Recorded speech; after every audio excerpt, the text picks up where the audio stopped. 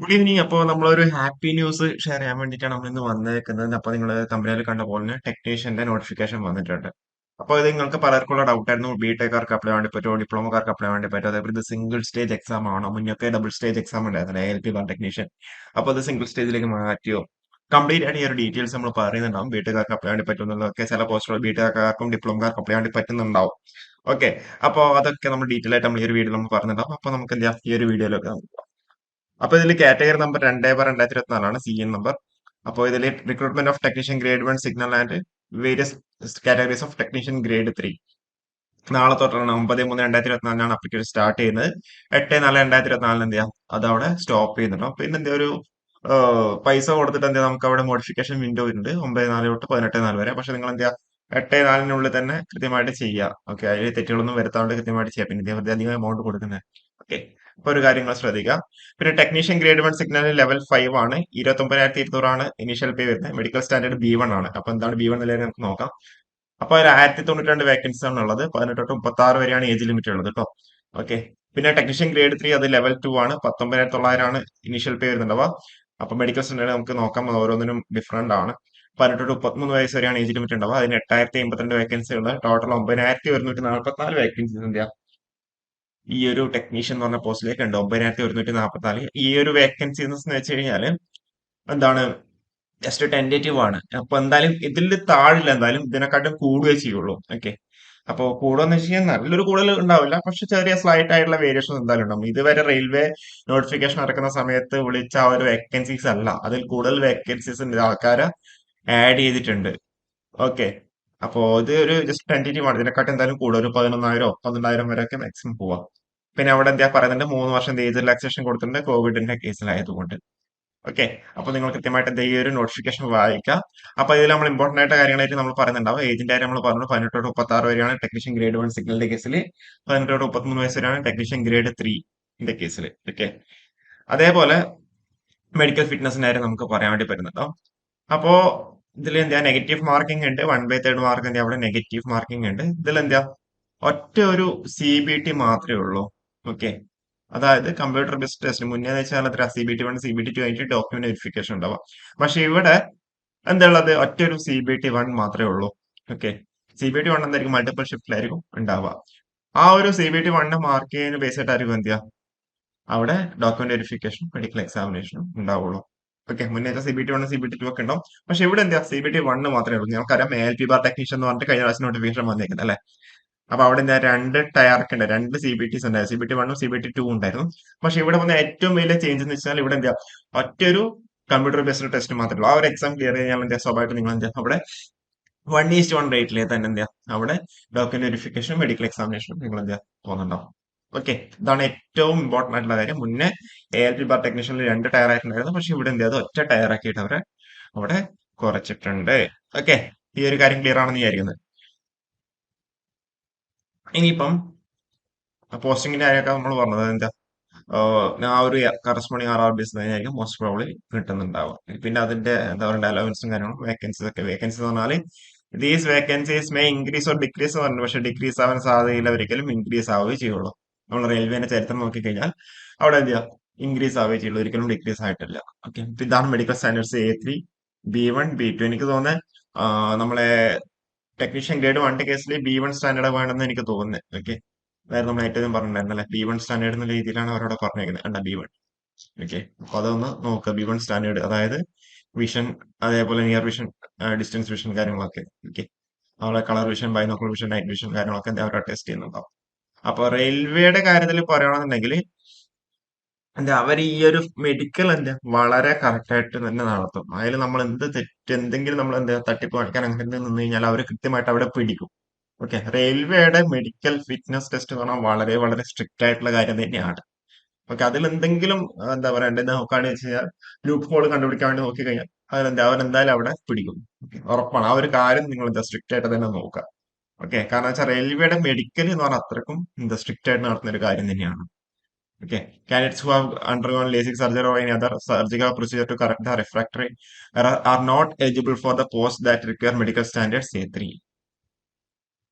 Okay, medical standards പറയുന്നുണ്ട് 534 പറയുന്നുണ്ട്. Okay, അതേപോലെ കറസ്പോണ്ടിങ് ആയിട്ടുള്ള ഏജ് റിലാക്സേഷൻ പറയുന്നത് നമ്മൾ നേരത്തെ പറഞ്ഞു 18 തൊട്ട് 33 വയസ്സ് വരെയുള്ളവർക്ക് എന്താ, സോറി, നോർമൽ കോഴ്സിലെ 18 തൊട്ട് 33, ഇപ്പൊ എന്താ 18 തൊട്ട് 33 വർഷം എന്താ അവരോട് ഏജ് റിലാക്സേഷൻ തന്നിട്ടുണ്ട്. ഇവിടെ എത്ര 18 30 ഏജ് റിലാക്സേഷൻ ഉണ്ടാവുക. ടെക്നീഷ്യൻ ഗ്രേഡ് 3 അതെന്താ 3 വർഷത്തെ കോവിഡ് റിലാക്സേഷൻ കാരണം 18 തൊട്ട് 33 വയസ്സ് വരെ ഏജ് റിലാക്സേഷൻ അവിടെ തന്നിട്ടുണ്ട്. ഓക്കെ, അത് കറസ്പോണ്ടിങ് ആയിട്ട് എന്ത് ഏജ് റിലാക്സേഷൻ ഉണ്ട്. 5 years SST, OBC 3 കറസ്പോണ്ടിങ് ആയിട്ടുള്ള ഏജ് റിലാക്സേഷൻ ഉണ്ട്. ഓക്കെ, അപ്പൊ ഇനിയിപ്പോ എന്താ എഡ്യൂക്കേഷൻ ക്വാളിഫിക്കേഷൻ നമുക്ക് നോക്കാം. അത് നെക്സ്റ്റിൽ കൊടുത്തിട്ടുണ്ട്, അത് നമുക്ക് ഡീറ്റെയിൽ ആയിട്ട് തന്നെ നമുക്ക് നോക്കാം. എക്സാമിനേഷൻ ഫീ നമ്മൾ നേരത്തെ പറഞ്ഞ പോലെ 500 രൂപ എന്താ എല്ലാവരും അപ്ലൈ ചെയ്യണം. പിന്നെ എന്താ നിങ്ങൾ എക്സാം, അതായത് CBT computer based test exam എഴുതി കഴിഞ്ഞാൽ എന്താ നിങ്ങൾക്ക് അവിടെ 400 രൂപ എന്താ റീഫണ്ട് ചെയ്യുന്നുണ്ടാവും. ഓക്കെ, അതായത് പിന്നെ എന്താ നമ്മൾ ഇതുപോലെ SC ST ex service and female transgender candidates എന്താ 250 രൂപയായിരിക്കും അപ്ലൈ ചെയ്യേണ്ടി വരിക, കൊടുക്കേണ്ടി വരിക. ആ ഒരു ഫണ്ട് 250 രൂപ എന്താ നിങ്ങൾക്ക് അവിടെ നിങ്ങൾ കമ്പ്യൂട്ടർ ബേസ്ഡ് ടെസ്റ്റ് എക്സാം എഴുതി കഴിഞ്ഞാൽ എന്താ അവിടെ റീഫണ്ട് ആവുന്നുണ്ടാവും. ഓക്കെ, നിങ്ങൾ ഓൺലൈൻ ആയിട്ട് പേയ്മെന്റ് ചെയ്യുന്നുണ്ടാവും. അതുപോലെ ബാക്കിയുള്ള ക്രൈറ്റീരിയ WC, ABC, OBC കാറ്റഗറീസിലൊക്കെ ക്രൈറ്റീരിയാസ് അവിടെ കൊടുത്തിട്ടുണ്ട്. ഓക്കെ, അപ്പൊ അതിലൊക്കെ കാറ്റഗറീസ് എന്തൊക്കെയാണെന്നുള്ളത് നിങ്ങൾ നോക്കാം. ഇനിയിപ്പോ നമുക്ക് അതിൽ മെയിൻ ആയിട്ട് നമുക്ക് നോക്കേണ്ട ക്വാളിഫിക്കേഷനും അതേപോലെ ഇതിൽ ഡിപ്ലോമക്കാർക്ക് ബിടെക്കാർക്കൊക്കെ അപ്ലൈ വേണ്ടി വരുന്ന ക്വാളിഫിക്കേഷൻസ് ഏതൊക്കെയാണെന്നും കാര്യങ്ങൾക്കൊക്കെ നമുക്ക് ഡീറ്റെയിൽ ആയിട്ട് നമുക്ക് പോവാം. റിക്രൂട്ട്മെന്റ് പ്രോസസ്സ് കണ്ടു. Candidate should apply only through the online mode through any of the website of the RRBs. കുറെ RRBs ഉണ്ടല്ലോ, അപ്പൊ അതിൽ ഏത് വെബ്സൈറ്റിൽ കയറിയിട്ട് നിങ്ങൾക്ക് അവിടെ അപ്ലൈ വേണ്ടി പറ്റുന്നുണ്ടാവും. അപ്പോൾ recruitment process computer based test, ഇത് നമ്മൾ CBT 1 CBT 2 ഇല്ലാന്ന് പറയാൻ കാരണം എന്ന് വെച്ചാൽ നിങ്ങൾ LPD നോട്ടിഫിക്കേഷൻ നോക്കി കഴിഞ്ഞാൽ അവിടെ സ്പെസിഫൈ ചെയ്ത് പറഞ്ഞിട്ടുണ്ട് CBT 1, CBT 2 എന്നൊക്കെ എന്താ അവിടെ സ്പെസിഫൈ ചെയ്ത് പറഞ്ഞിട്ടുണ്ട്. പക്ഷെ ഇവിടെ എന്താ അങ്ങനെ സ്പെസിഫൈ ചെയ്ത് പറഞ്ഞിട്ടുമില്ല. അതുമല്ല, നിങ്ങൾ ആ ഒരു ടെക്നീഷ്യന്റെ ഒക്കെ ഒരു എന്താ പറയണ്ടേ ടെന്റേറ്റീവ് കലണ്ടർ നിങ്ങൾ ശ്രദ്ധിച്ചായിരുന്നോ? ആ ഒരു കലണ്ടറിൽ കൃത്യമായിട്ട് എന്താ അവിടെ ആ ഒരു ടൈം സ്പാൻ 3 മാസമൊക്കെ ടൈം സ്പാനാണ് കൊടുത്തേക്കുന്നത്. അത് കഴിഞ്ഞാൽ തന്നെ ഡോക്യുമെന്റ് വെരിഫിക്കേഷൻ രീതിയിൽ പറഞ്ഞു. അപ്പൊ ആ ഒരു 3 മാസമുള്ള CBT 1 CBT 2 കണ്ടക്ട് ചെയ്യാൻ വേണ്ടി പറ്റുന്നുണ്ടാവില്ല അല്ലെ? അപ്പൊ നമ്മൾ കഴിഞ്ഞ വീഡിയോയിൽ മറ്റും നമ്മൾ പറഞ്ഞിരുന്നു മോസ്റ്റ് പ്രോബ്ലി ഒറ്റ ഒരു ടെസ്റ്റ് മാത്രമേ ഉണ്ടാവുള്ളൂ. അപ്പൊ അത് ഇവിടെ ഓൾമോസ്റ്റ് എന്താ ഫിക്സ് ചെയ്തിട്ടുണ്ട്. അതുപോലെ സിലബസ് നോക്കിയാൽ CBT 1 ഒറ്റ CBTയുടെ എന്താ പറയുക സിലബസ് മാത്രമേ അവിടെ പറഞ്ഞിട്ടുള്ളൂ. CBT 1 CBT 2 എന്ന് പറഞ്ഞ് സ്പെസിഫൈ ചെയ്ത് പറഞ്ഞിട്ടില്ല. അപ്പൊ ഇത് ഈ ഒരു കാരണം കൊണ്ടാണ് നമ്മൾ എന്താ കമ്പ്യൂട്ടർ ബേസ്ഡ് ടെസ്റ്റ് ഒറ്റ CBT മാത്രമേ ഉള്ളൂ എന്ന് പറയാൻ കാരണം. പിന്നെ ഡോക്യുമെന്റ് വെരിഫിക്കേഷൻ, പിന്നെ മെഡിക്കൽ എക്സാമിനേഷൻ. ഓക്കെ, അപ്പോ ഇത് കഴിഞ്ഞ ആ ഒരു ഷെഡ്യൂൾ പ്രകാരം തന്നെ എന്താ എക്സാംസ് കണ്ടക്ട് ചെയ്യുന്നുണ്ടാവും. അപ്പൊ അവിടെ എന്താ നമ്മൾ ഈ ടെക്നീഷ്യൻ ഗ്രേഡ് 1 ടെക്നീഷ്യൻ ഗ്രേഡ് 3 എന്താ സെപ്പറേറ്റ് സിലബസ് ആണ് ഉള്ളത്. ഓക്കെ, ടോട്ടൽ ഡ്യൂറേഷൻ ആണ് 90 മിനിറ്റ് ആണ്, 100 ക്വസ്റ്റ്യൻസ് ആണ്. അപ്പൊ 1/3 മാർക്കിന് നെഗറ്റീവ് മാർക്കിംഗ് ഉണ്ടാവും. അതുപോലെ അവിടെ സ്വാഭാവികമായിട്ട് അവിടെ നോർമലൈസേഷൻ ഉണ്ടാവും. ഓക്കെ, അപ്പൊ ഇതിൽ നിങ്ങൾ പറഞ്ഞ മിനിമം പാസ് പെർസെന്റേജ്, അതായത് 40%, 30%, 30%, 25%. അപ്പൊ ഇതിൽ നിങ്ങൾ പലരും നിങ്ങൾ ശ്രദ്ധിക്കേണ്ട കാര്യം വെച്ചാൽ 100 മാർക്കാണ് ഉണ്ടാവുക. 100 നിങ്ങൾ മിനിമം 40 മാർക്കെങ്കിലും നിങ്ങൾ നേടണം. ഓക്കെ, അല്ലെങ്കിൽ എന്താ നിങ്ങൾ ഇത് എക്സാം എഴുതാത്ത പോലെ ആയിരിക്കും ഓവറോൾ എഫക്റ്റ് ആയിട്ട് ഉണ്ടാവുക. ഓക്കെ, അതായത് ഞാൻ ജസ്റ്റ് പറയുന്നത് എന്താണെന്ന് വെച്ച് കഴിഞ്ഞാല് ചിലപ്പോൾ അവിടെ എന്താ ചിലപ്പോൾ 42 മാർക്കായിരിക്കും അവിടെ കട്ട് ഓഫ് ആയിട്ട് ഉണ്ടാവുക. ചിലപ്പോഴെന്താ ഈ 42 മാർക്ക് കട്ട് ഓഫ് വന്നു കഴിഞ്ഞാൽ ചിലപ്പോഴെന്താ ചില അവരെന്താ റിസൈൻ ചെയ്തൊക്കെ പോയി അല്ലെങ്കിൽ അവർ ജോയിൻ ചെയ്തില്ല എന്നുണ്ടെങ്കിൽ സഭയുടെ കട്ട് ഓഫ് കുറഞ്ഞിട്ട് എന്താ 41, 40, 41 എടുക്കുന്നുണ്ടാവും. പക്ഷേ നിങ്ങൾ ഈ മിനിമം 40 മാർക്ക് ഇല്ലാന്നുണ്ടെങ്കിൽ നിങ്ങൾ എന്താ ആ ഒരു എക്സാം എഴുതായിട്ട് പോലും അവർ കൺസിഡർ ചെയ്യുന്നുണ്ടാവില്ല. അതായത് ഓവറോൾ പറഞ്ഞാൽ 40 മാർക്ക് നിങ്ങൾ സ്കോർ ചെയ്തില്ലെങ്കിൽ അതിന്റെ എക്സാം എഴുതാത്ത ഒരു എഫക്ട് തന്നെയാണ് അവിടെ ഉണ്ടാവുക ബേസിക്കലി. അപ്പൊ അതുകൊണ്ട് മിനിമം എന്താ ഈ ഒരു 40% മാർക്ക് അവിടെ ഉണ്ടാവും. 100-ലാണെങ്കിൽ 40 മാർക്ക് അവിടെ ഉണ്ടാവണം. OBC ആണെങ്കിൽ SC ST ആണെങ്കിൽ ഈ ഒരു രീതിയിലുള്ള മാർക്ക്. ഓക്കെ, അപ്പോ CBT 1 കേസിൽ സോറി CBT ഒറ്റ CBT ഉള്ളൂ. ടെക്നീഷ്യൻ ഗ്രേഡ് 1 സിഗ്നലും ടെക്നീഷ്യൻ ഗ്രേഡ് 2 സിലബസും സെപ്പറേറ്റ് ആയിട്ട് തന്നെ അവരവിടെ കൊടുത്തിട്ടുണ്ട്. ഓക്കെ, അതിൽ ബേസിക് സയൻസ് ആൻഡ് എഞ്ചിനീയറിംഗ് എന്ന രീതിയിൽ പറഞ്ഞിട്ടുണ്ട്. അപ്പൊ ഇതിൽ മാർക്ക് ഡിസ്ട്രിബ്യൂഷൻ നോക്കും. ജനറൽ അവയർനെസിന് 10 മാർക്ക്, ജനറൽ ഇന്റലിജൻസിന് 15 mark, basics of computers and applications 20 mark, മാത്സിന് 20 mark, basic science and engineering 35 mark. അങ്ങനെയാണ് ടോട്ടൽ 100 മാർക്ക് അവിടെ കൊടുത്തിട്ടുള്ളത്. ഇനിയിപ്പം പേ ലെവൽ 2, നേരത്തെ ലെവൽ 5 ആണ് ടെക്നീഷ്യൻ ഗ്രേഡ് 1, ലെവൽ 2 ആണ് ടെക്നീഷ്യൻ ഗ്രേഡ് 3. അപ്പൊ അതിൽ 90 മിനിറ്റ്സ് 100 ക്വസ്റ്റ്യൻസ് തന്നെയാണ് ഉണ്ടാവുക. 1/3 നെഗറ്റീവ് മാർക്കിംഗ് ഉണ്ടാവുക. ബാക്കിയുള്ള മിനിമം എന്താ പറയുക എലിജിബിലിറ്റി 40% മാർക്ക് തന്നെയാണ്.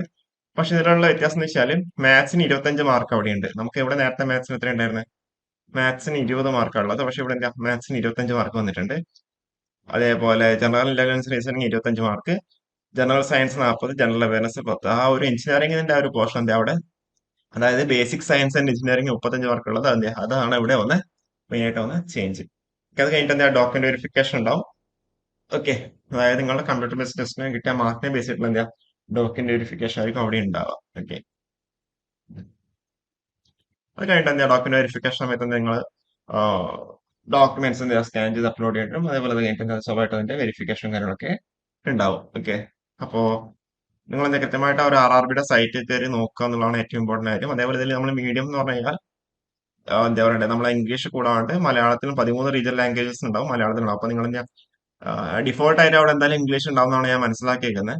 അപ്പോ അതിന്റെ കൂടെ എക്സ്ട്രാ വേണമെങ്കിൽ എന്താ മലയാളം കൂടി വേണമെങ്കിൽ ചൂസ് ചെയ്യാം. Okay. പക്ഷെ മലയാളം ചൂസ് ചെയ്യാൻ ഇതിന്റെ ഡിസഡ്വാൻറ്റേജ് ഉണ്ട്. എന്താ ഡിസഡ്വാൻറ്റേജ് എന്ന് വെച്ച് കഴിഞ്ഞാൽ നിങ്ങളിപ്പോ റീസണിംഗ് ഒക്കെ എടുക്കുമ്പോൾ അതിൽ, അല്ലെങ്കിൽ ഫിസിക്സിന്റെ കേസിലാണെങ്കിൽ ഫോക്കസ്, അതേപോലെ നമ്മൾ ബേസിക്കലി നമ്മൾ മാത്സ് ഒക്കെ ചെയ്യുമ്പോൾ നമ്മൾ ഏരിയ എന്നൊക്കെ ആയിരിക്കും പറഞ്ഞിട്ടുണ്ടാവുക. അതേപോലെ ഏരിയ എന്ന് പറഞ്ഞ വിസ്തീർണം, അങ്ങനെയുള്ള പല ടേംസും ഉണ്ട്. ഫോക്കസിന് എന്തോ വേറെന്തോ ഒരു ടേം ഇല്ലേ, അതേപോലെ നമ്മള് സർക്കംഫറൻസ്, അങ്ങനെയുള്ള പല വേർഡുകളും ചിലപ്പോൾ മേ ബി നമുക്ക് അങ്ങനെ യൂസ് ചെയ്യേണ്ടി വരും. മേ ബി ആ ഒരു ടേംസ് ഉണ്ടല്ലോ, മലയാളത്തിലുള്ള ടേംസ് ഡിഫറെന്റ് ആയിരിക്കും. അപ്പൊ അങ്ങനെ ആകുമ്പോൾ മലയാളത്തിൽ നിങ്ങൾ നോക്കി കഴിഞ്ഞാൽ കൂടുതൽ കൺഫ്യൂഷൻ ആവുകയുള്ളൂ. അപ്പൊ നിങ്ങൾ ഒരിക്കലും എന്താ ഇങ്ങനെയുള്ള കോമ്പറ്റീവ് എക്സാം ഒരിക്കലും എന്താ മലയാളത്തിൽ നിങ്ങൾ എഴുതരുത്. നിങ്ങൾ എന്താ ഇംഗ്ലീഷ് തന്നെ ചൂസ് ചെയ്യാം. ഓക്കെ, കാരണം വെച്ചാൽ ഇംഗ്ലീഷ് തന്നെ നോക്കിക്കഴിഞ്ഞാൽ മാത്രമേ നമുക്ക് ആ ഒരു ലെവൽ അല്ലെങ്കിൽ ഒരു ഇതിലേക്ക് നമുക്ക് മനസ്സിലാവുന്നുള്ളൂ. ഓക്കെ, അപ്പൊ നിങ്ങൾ ഇംഗ്ലീഷ് തന്നെ നിങ്ങൾ ചൂസ് ചെയ്യുന്നതാണ് എന്റെ ഒരു പേഴ്സണൽ ആയിട്ട് ഒപ്പീനിയൻ. നിങ്ങൾ ഒരിക്കലും മലയാളത്തിൽ എന്താ എക്സാം എഴുതാൻ നിൽക്കരുത്.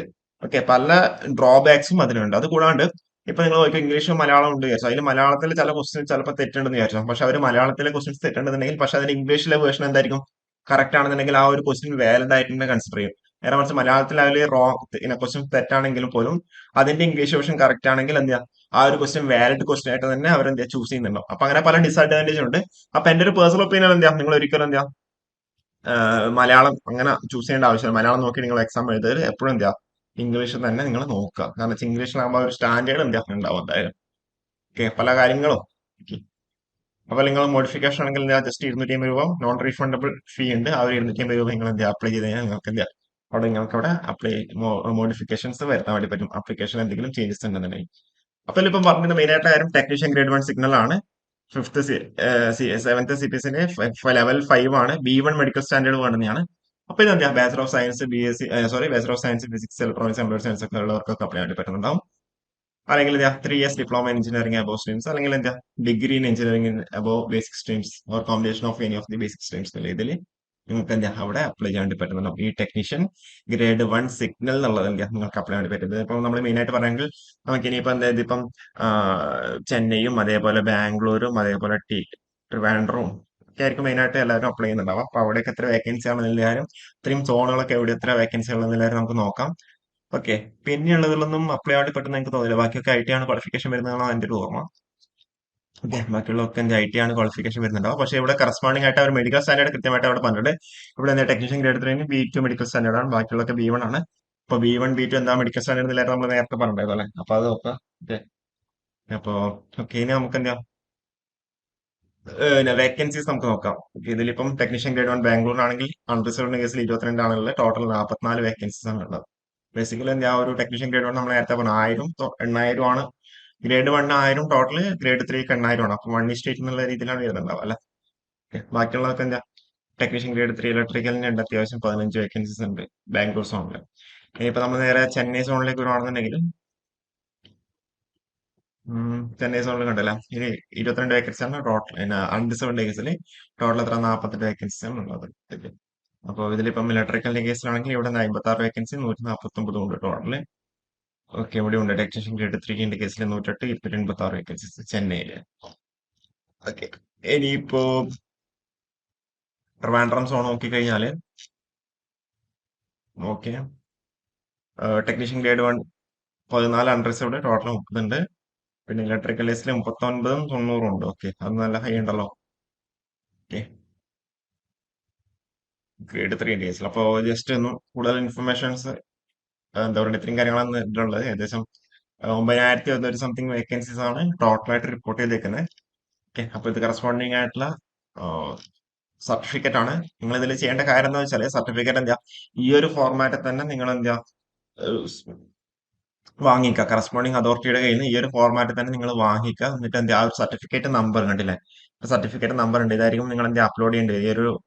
ഈ ഒരു ഡീറ്റെയിൽസിന്റെ അവിടെ എൻ്റർ ചെയ്യേണ്ടി വരും. സർട്ടിഫിക്കറ്റ് നമ്പർ എന്ന് പറഞ്ഞ ഡീറ്റെയിൽസ് നിങ്ങൾ അവിടെ എൻ്റർ ചെയ്യേണ്ടി വരും. അപ്പൊ ഈ ഒരു നമ്പർ ആയിരിക്കും നിങ്ങൾ അവിടെ എൻ്റർ ചെയ്യേണ്ടി വരിക. അപ്പൊ ഈ ഒരു ഫോർമാറ്റിൽ തന്നെ എന്താ നിങ്ങൾ വാങ്ങിക്കുക സർട്ടിഫിക്കറ്റ് ഒക്കെ. കാരണം വെച്ചാൽ പിന്നെ ഏറ്റവും അവസാനം പിന്നെ അതൊരു ഇതാവണ്ട. ഓക്കെ. അപ്പോ പറ്റുവാണെങ്കിൽ ഈ ഒരു ഫോർമാറ്റ് തന്നെ അത് ഇപ്പം എല്ലാവരും ഇപ്പം തഹസിൽദാർ ആണെങ്കിലും ആരാണെങ്കിലും ഈ ഓഫീസർ ആണെങ്കിലും എനിക്കൊന്ന് സെൻട്രൽ ഗവൺമെന്റ് ആണെങ്കിലും തഹസിൽദാറും അതിന്റെ അബോവ് റാങ്കിലുള്ളവരായിരിക്കും വേണ്ടി വരിക.